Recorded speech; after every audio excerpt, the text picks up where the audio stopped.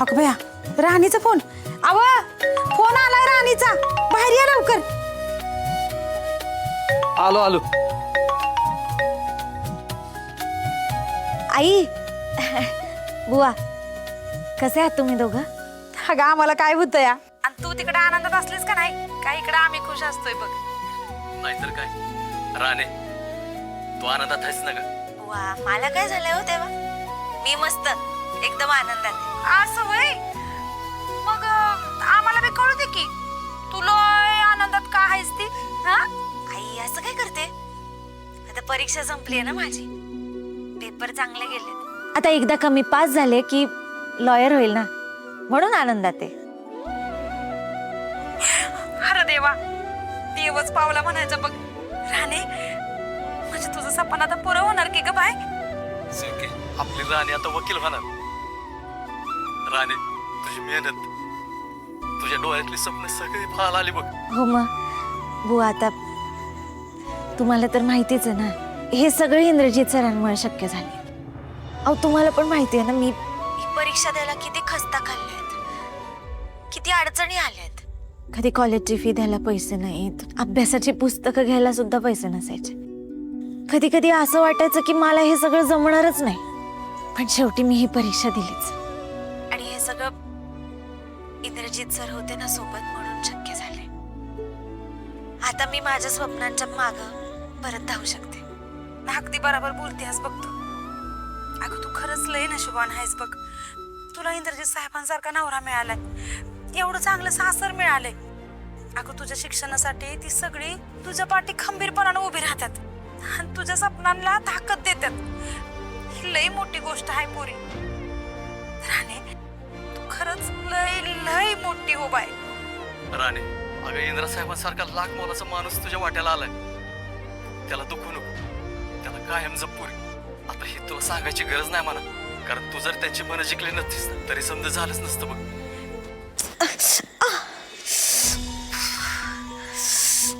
राणे, काय ग, हाताला काय लागलंय पुरी? अगं कुठं पडलीस का काय? बोल की राणे, काय झालंय तुझ्या हाताला? अगं पडले नाही मी, ते परीक्षेचा शेवटचा पेपर होता तेव्हा माझ्यावरती हल्ला झाला आणि हे लागलं मला. वाईच दुखतंय, पण आता बरी आहे मी, तू नको काळजी करू. अगं, काय बोलतेस राणे? असं कसा हल्ला झाला आणि कुणी केला हल्ला तुझ्यावर? आता तुझे पेपर देण्यानं कुणाचं काय वाईट होणार होतं ग? हे बघा आता शांतपणे ऐकून घ्या. हा हल्ला मालती मॅडमने घडवून आणला होता. ती गुंड त्यांनी पाठवली होती, पण मला असं वाटतंय की हे सगळं त्यांनी उर्मिला ताईच्या सांगण्यावरून केलं. काय बोलतेस राणे तू? मला काही झालं नाही. त्यावेळी अचानक इंद्रजित सर तिथे पोहोचले आणि मी वाचले सुद्धा, आणि माझा पेपर सुद्धा त्यांनीच लिहिलाय. तुम्ही ऐका, इंद्रजित सर माझ्यासोबत आहे, टेन्शन घेण्यासारखं काही नाहीये.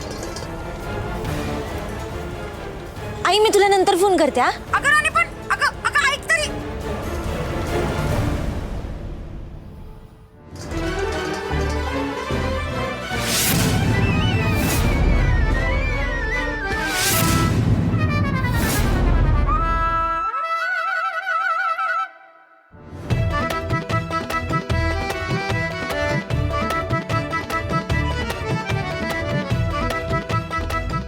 आणि तू इथे?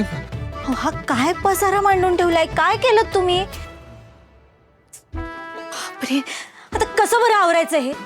मलाच नाही थांब थांब थांब थांब. तू तू तू नाही काय कर, तू काय करू नकोस. तुझ्या हाताला लागलंय ग. मी मिस्टेक केली ना, मी सगळं सावरून घेईन. तू मला सांग कसं करायचं, मी करतो सगळं. हे बघा, तुम्ही जेवढी मदत केली आहे ना तेवढी बास झाली.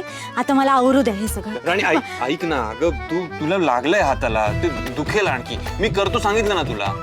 सगळं मग असंच पडू द्यायचं का? मी आवरेन एका हाताने पटपट. म्हणजे तू माझं ऐकणारच नाहीयेस का? नाही ऐकणार आहे आता मी तुमचं. सॉरी बरं का. आणि अगं पेन होईल, तुझ्या हाताला लागलंय, मी करतो ना सगळं, ऐक ना माझं. सर मग हा पसारा काय असाच पडू द्यायचा का? आवरावं तर लागेल ना आपल्याला.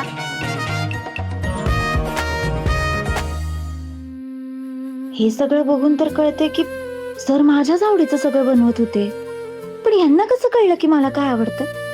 हा, आई आणि बुवांना फोन केला असेल. मालती आई, मालती आई, मालती आई. काय ग, काय झालं? तुमच्यासाठी एक खास सरप्राईज आहे. आलेच. सरप्राईज? ओ, कसलं सरप्राईज? या या बसा काकी, बसा तुम्ही. अरे अहो तुमची लाडकी सून तुम्हाला सांगते की बसा.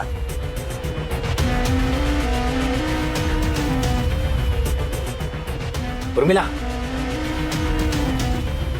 काकी तुम्ही ठीक आहात ना? हो, मी ठीक आहे ना. उलट आनंदात आहे, आयुष्य आरामात जगतेय.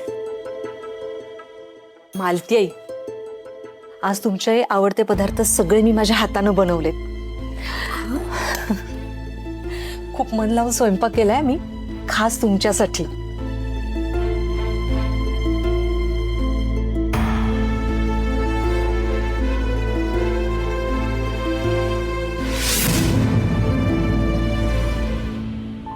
उर्मिला, अगे एवढं सगळं करायची काय गरज होती? गरज होती नाही. तुम्ही इतक्या दिवसांनी फायनली आपल्या घरी आलात.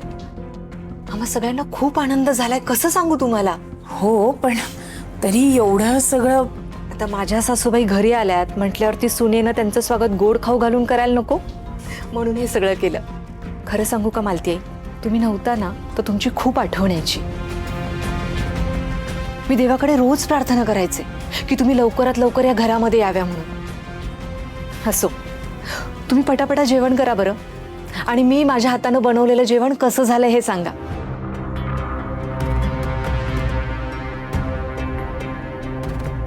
हे सगळं त्या मल्हार कॅटरर्सवाल्याकडून ऑर्डर केलंय मला माहिती आहे, पण उर्मिला आव कसं आणते? कॉन्फिडेंटली खोटं बोलणं हिच्याकडूनच शिकायला हवं कोणी.